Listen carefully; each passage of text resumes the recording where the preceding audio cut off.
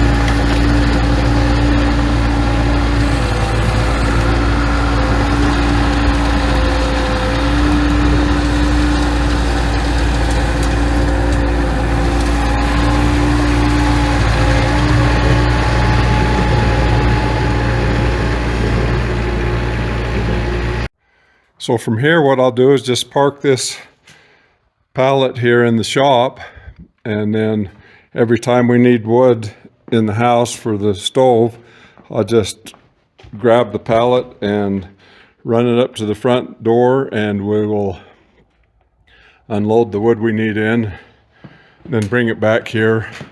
It keeps all the weather off of it, being parked here in the shop. Procedure works really good. The less you have to handle the wood, the better. But there's one thing I really dislike about doing it this way, and you can see all of the sawdust that gets embedded in the wood.